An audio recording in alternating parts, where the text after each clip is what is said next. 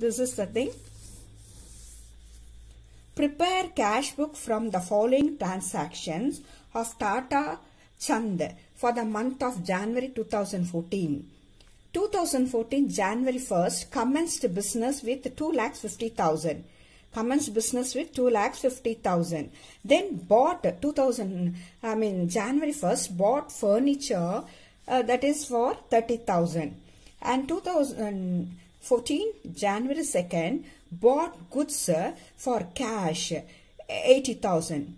And 2014 January 3rd sold goods for cash, that is for 50,000. As we know, this commenced business means debit side it will come. Receiving the money. Receiver of the benefit is the cash book. So, we are writing on DR side. Then bought furniture and we are paying. When we pay money, it should come in the CR side. That we know all the expenses are credited. All expenses, all the payments. You know, cash book is a asset. It's all the assets or the real accounts come under real accounts. So, when you pay money, it will get credited. Then January 2nd bought goods for cash 80,000. January 3rd sold goods for cash. That is sold good for cash means receiving money 50,000. And January 4th paid cash into bank 70,000. January 8th purchased goods from cash, that is 20,000 for cash, paying money and buying the goods. January 12th sold goods to Mohan for cash 45,000. January 15th received cash from Mr. Gupta 15,000. Paid cash to Chandru, that means payment. 10,000. Paid rent for the month 4,200. Purchased a computer 25,000. Cash sales 61,000. Now let us see how to work out this problem. Actually, we have got this format. Now let us see. First one, what is that? It is 2014. 2014, what we are doing? Commenced business. This is cash account. Cash account is debited to capital account. Capital account 2,50,000. Then bought furniture, same 2014 January 1st. This is also January 1st. And cash account is credited by furniture account. Furniture account. This is over. This is 30. Bought 30,000. So this is also over. Then bought goods for cash. January 2nd, bought goods for cash means what? Paying money and buying goods. Buy purchases account. Purchases account 80,000. 80,000 we have entered. So we underline so that we will not repeat the same amount. Sold goods for cash. January 3rd, sold goods for cash means cash account is debited to sales account. Cash account is debited to sales account by rupees 50,000. So this we have entered. Then paid cash into bank. So depositing them on January 4th. Depositing the money into the cash account is credited by bank account. Cash account is credited by bank account 70,000. This amount entered. And purchased goods from Mr. Gupta for cash. So that is January 8th by, because paying money and buying goods means no need to mention the name. Okay, purchase goods from Mr. Gupta for cash. Purchases account. Purchases account 20,000. Then sold goods to Mohan for cash. Here this is January 8th. Purchase goods January 12th, sold goods to Mohan for cash. So no need to mention the Mohan's name. Sales account, that is, this 20,000 is over. This now we are going to enter this 45,000 here. 45,000. Then comes received cash from Mr. Gupta. Here January 15th, received cash from Mr. Gupta to Gupta's account. To Gupta's account, 15,000. This is over. Then cash paid to Chandru with the day 20th. January 20th by Chandru's account.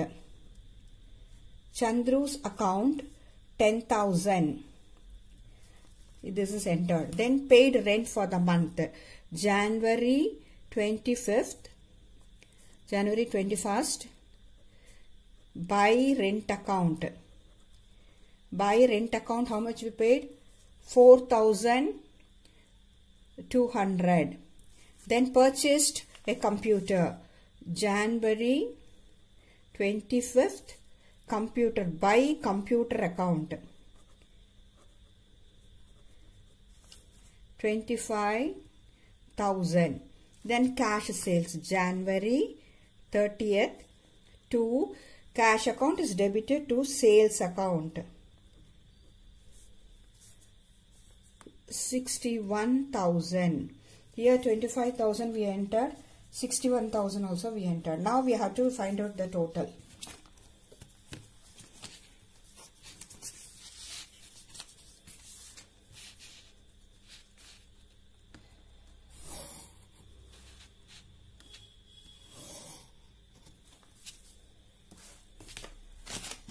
I have to write the balance.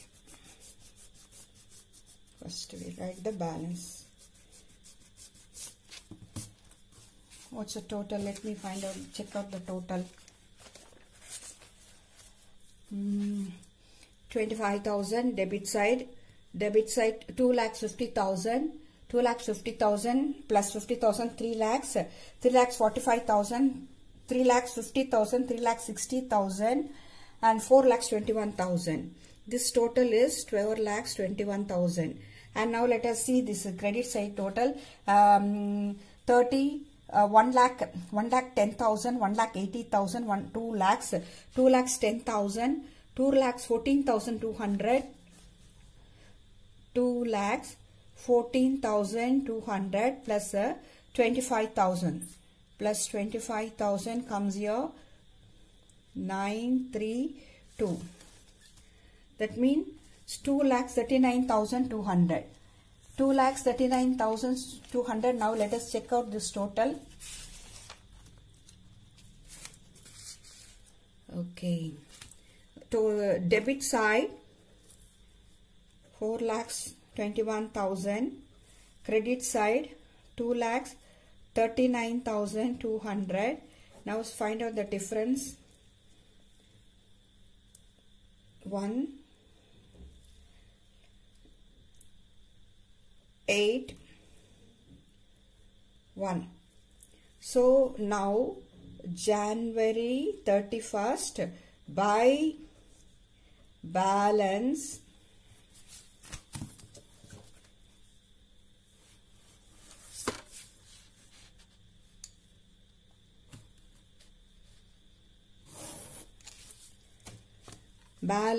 carried down.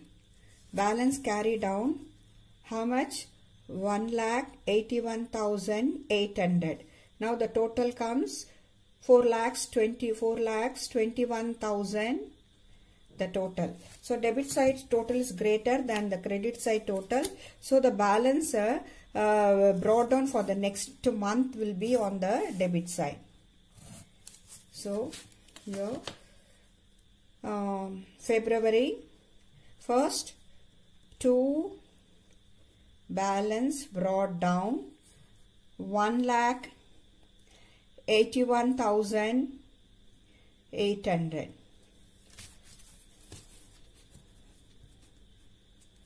So The single column cash book is over. Now let us go to the double column cash book.